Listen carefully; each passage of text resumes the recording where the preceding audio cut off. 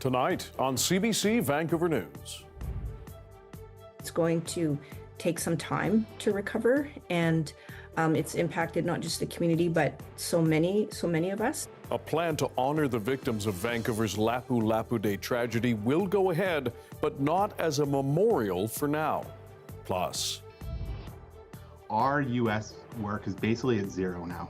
BC businesses brace for the impact of even higher steel and aluminum tariffs from Donald Trump, while the government gets pushed on pipelines at home. The radical BC Premier says no pipeline through his province. This kind of divisive language that's really not true is not helpful. And it was terrifying. One simple little mistake like that could have ended horribly. Major mix-up. A Vancouver Island family shares a cautionary tale after their pharmacy gave them the wrong medication for their son. This is CBC Vancouver News.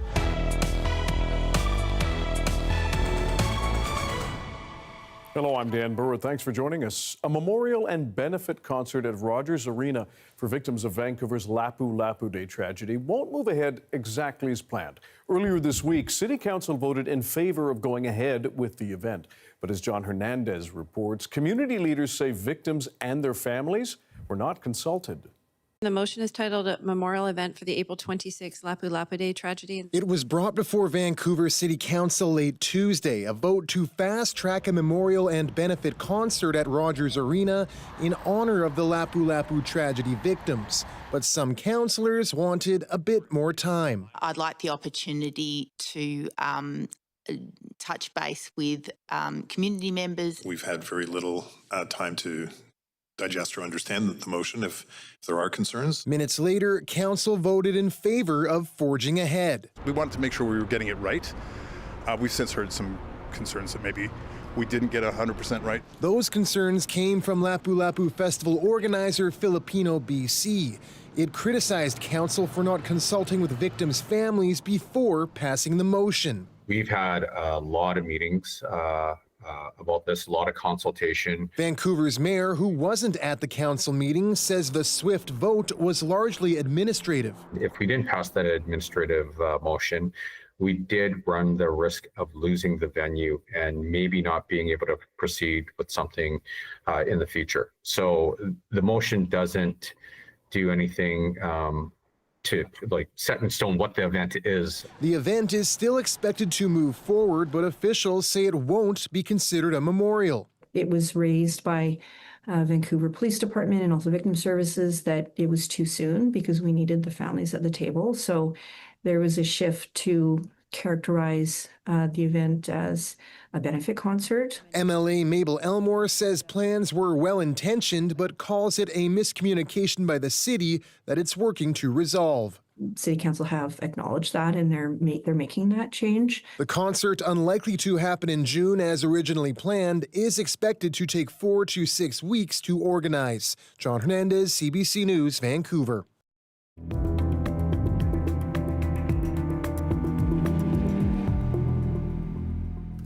The BC Wildfire Service warns the out-of-control blaze burning south of Dawson Creek is expected to grow significantly in the coming days. The Kaskatnaw River blaze has grown to around 65 square kilometers, and winds forecast to intensify on Thursday and Friday could drive the fire north, south, and east toward Kelly Lake and the Alberta border. The Peace River Regional District has issued an evacuation order for the area as crews battle those flames. They have been working on securing the west flank. That has been our #1 priority, is to keep it from moving any further west. But as it stands right now, the east flank is uncontained due to the amount of risk that we would be putting people in if they were to be working at the head of the fire. A partial campfire ban will be in effect in the Prince George Fire Centre starting at noon Thursday. That applies in the Dawson Creek, Fort St. John, and Fort Nelson fire zones, as you can see. Campfires, fireworks, burn barrels, and tiki torches are all prohibited. The Wildfire Service is also responding to the out-of-control Summit Lake blaze. The nearby Alaska Highway has again reopened to single-lane alternating traffic with an escort, but it could close again at any time. Darius Madavi's here for a first look at the weather with a broader look at the fire warnings and dangers. That's right. We heard about all those other restrictions that we now have across BC, campfire restrictions across much of the province, and that's largely because of the extreme fire danger we have in a lot of these areas. But I will note, just because we're red up here and continue to be, doesn't mean that we don't have higher fire danger. Is rising in the southern parts of the province as well, and will continue to over the next few days, largely because of this area of high pressure that continues to sit over us, causing temperatures to rise, meaning we stay completely dry and pretty much sunny, and that's going to hold right through the weekend and likely into next week. You can see no precipitation in sight. Some cloud builds in briefly, but moves off very fast, especially here on the lower mainland, Dan, and those temperatures just keep rising. Okay, Darius, thanks very much. Thank you. BC companies are now grappling with even higher tariffs on steel and aluminum after U.S. President Donald Trump doubled them to 50%. And the Premier is now facing heat from the federal opposition when it comes to new pipelines. Katie DeRosa has more on the economic and political tensions. The 25% tariffs on steel and aluminum were bad enough for one Langley manufacturing company. It makes obviously running our business that much more challenging. Now, U.S. President Donald Trump has doubled those tariffs to 50%. Our U.S. work is basically at zero now.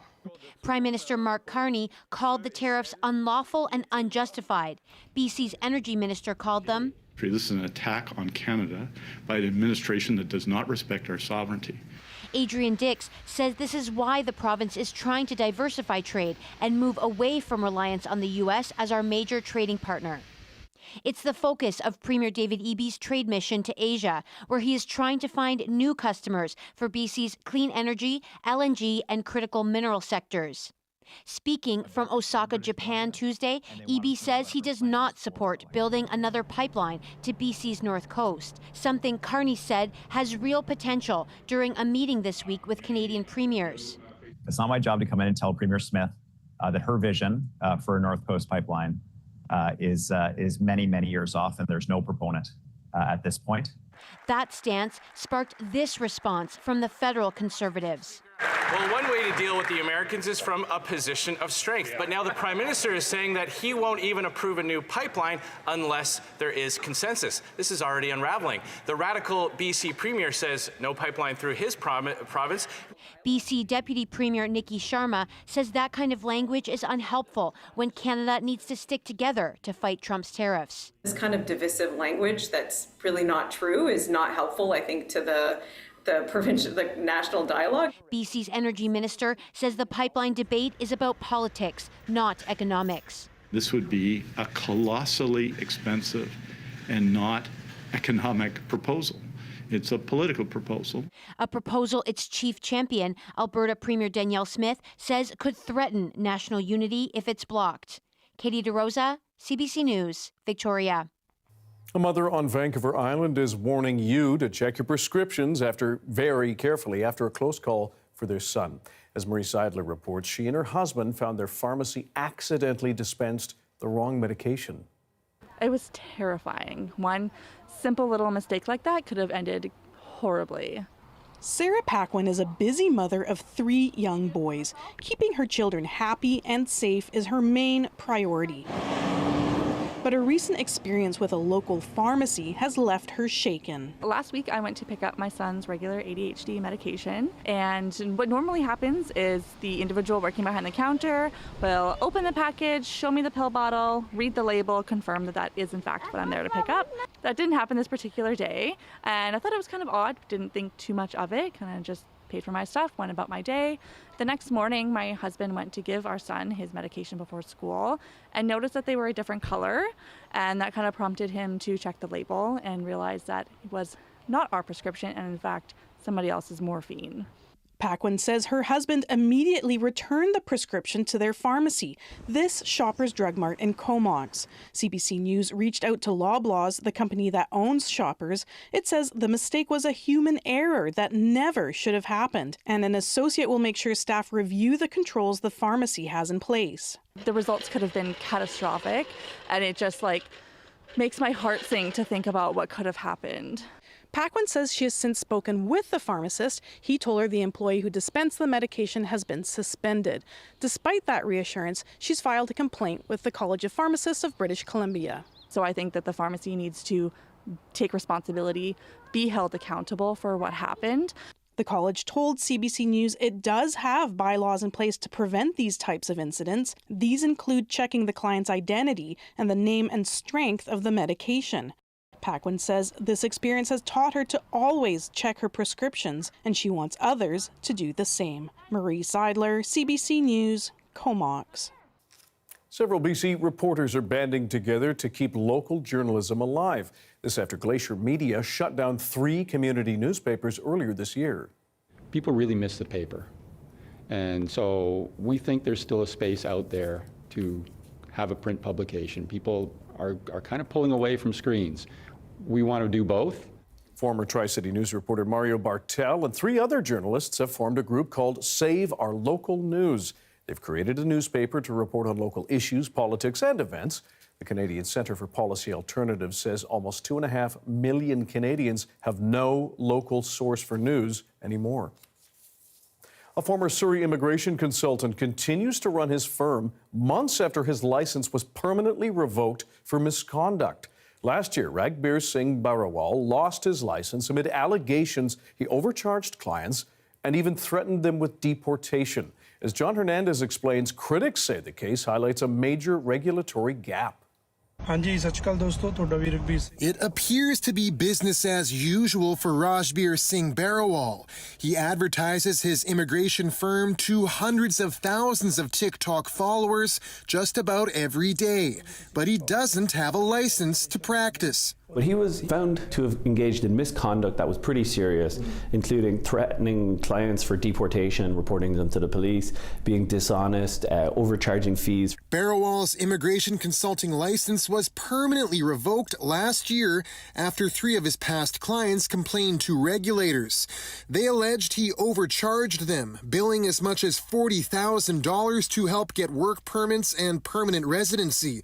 He allegedly helped them get jobs at a trucking company in Manitoba, which turned out to be an exploitative workplace. When one worker complained, he said Barawal threatened him with legal action and deportation back to India. Barawal largely denied the allegations, but regulators said they found enough conduct breaches to warrant revoking his license for good. Now unlicensed, his Surrey firm is still open and even expanding to Kamloops. So he's somebody who's influential in the immigration world, somebody people look to for advice. This immigration negligence lawyer has raised concerns about Barawal directly to the College of Immigration and Citizenship Consultants. He says the case highlights a major regulatory gap. Immigration consulting companies don't have to be owned by immigration consultants. They can be owned by anybody. And so the company is in his own name, and he advertises the company, not his own services anymore. He is profiting from this, even though the college has deemed he's somebody who should not be engaging in immigration services. The college declined to comment specifically on the case, but has filed an injunction against Barawal. A representative said the college is working to close the loophole that allows unlicensed people to own and operate firms. Still, critics say regulators need to do a better job clamping down on bad actors. I think the college in this case has to really sink into auditing immigration consultants, and in a permanent basis, they do have the legal ability to do it. Despite repeat calls for comment, Barawal didn't respond by our deadline. John Hernandez, CBC News, Surrey. Well, Nintendo's next gaming console, the Switch 2, is set for release as of Wednesday at 9 p.m. Superfans have already lined up to get the device, which will set you back almost $630. We stopped by EB Games in Vancouver, where eager players have set up along the street to try to bag one. We are here to pick up the Nintendo Switch 2, waiting in line. Been here since 7 a.m. Why are you waiting in line? Because after 40 years of playing Nintendo, they're finally putting out a really powerful system. I think it's because we've been waiting a long time for an upgrade of the original one since it came out in 2017.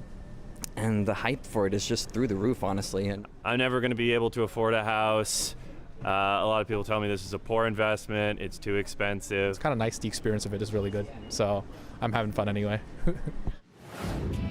Summer brings many joys for children, but parents and guardians can struggle to find and afford childcare.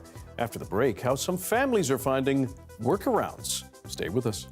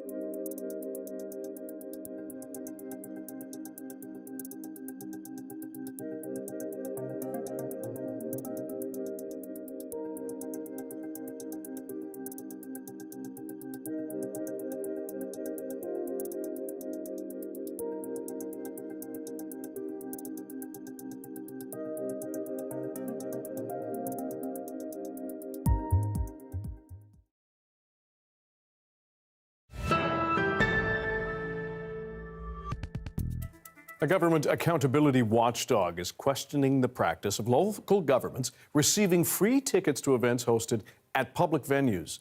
The move comes after a CBC News investigation. As Jessica Wallace reports, the issue has been under scrutiny since a former cabinet minister accepted tickets from a Crown corporation to see Taylor Swift. Facility agreements obtained by CBC News through Freedom of Information requests show that BC cities receive free tickets to events hosted at public venues. Tickets may be given to community groups or used as promotional materials, but in some instances, they're given to elected officials.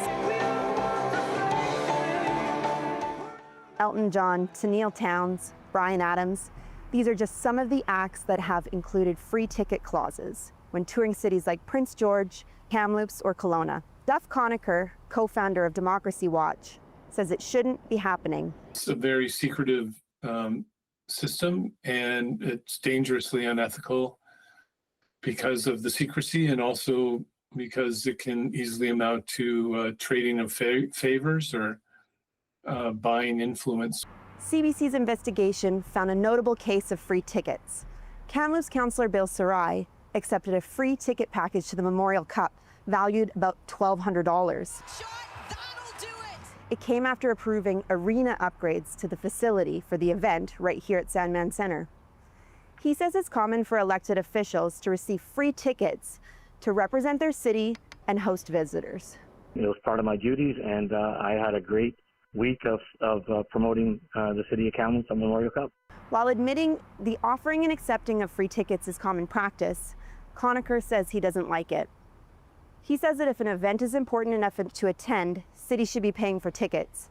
Jessica Wallace, CBC News, Kamloops. Summer is a great time for kids to have fun, as we know. But for parents and guardians, it can be a huge stress as many struggle to find affordable childcare options. As Amelia John explains, some are relying on community support to help make ends meet. Summer is a time for playing, holidays, boating, and camp. But for parents and caregivers, it all comes with a cost, on top of daily living expenses, making childcare out of reach. The cost of living pressure is higher than it ever has been. It's not just the cost of housing. Finding safe and affordable housing is the most difficult challenge, but the cost of groceries, being able to feed your family. It's becoming more common for parents to rely on loans to help with summer childcare expenses and leaning on grandparents for help. One of the big things we hear a lot about nowadays is multi-generational housing. It's been around for quite some time, but I'd say more Canadians are adopting those measures because it really covers a lot of the issues that you're talking about there. It's even tougher for those who don't have extended family to help out. Some parents, they are new in Canada, so they have the barrier of speaking English. They have the second barrier is how you can have work that they can provide enough income that you can cover the housing, the food. For those who rely on summer camps, the quest to secure a spot begins as early as March, because by June, most programs are full. I was pulling my hair out, essentially, trying to figure out where I was going to put them, what I was going to do, how I was going to go to school.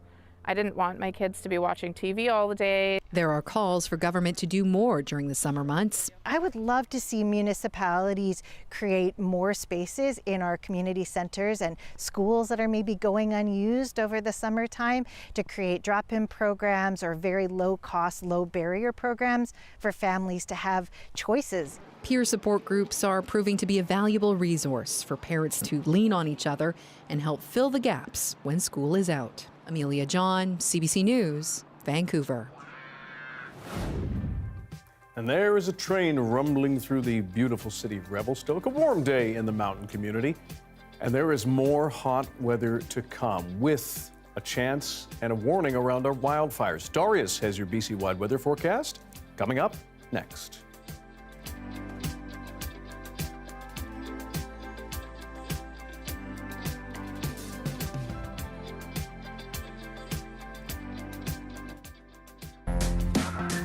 This is Vancouver is a new CBC podcast where we explore the issues, the stories, and the people that make this place home. Listen to This is Vancouver wherever you get your podcasts.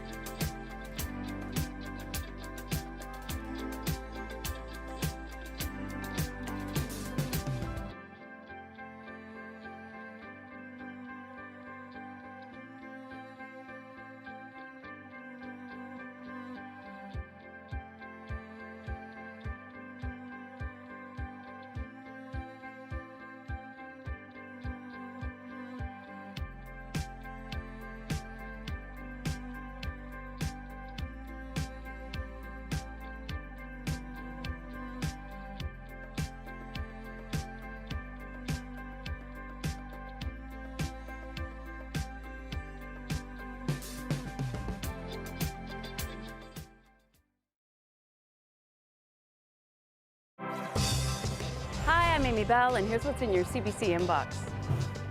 Check out CBC News BC, your local streaming channel. It's a free ad-supported TV channel available 24/7, delivering breaking news, weather updates, daily headlines, and sharing stories that matter to British Columbians. Stream your favorite CBC programs like The Early Edition, BC Today, and On the Coast. CBC News BC is available on connected TV platforms.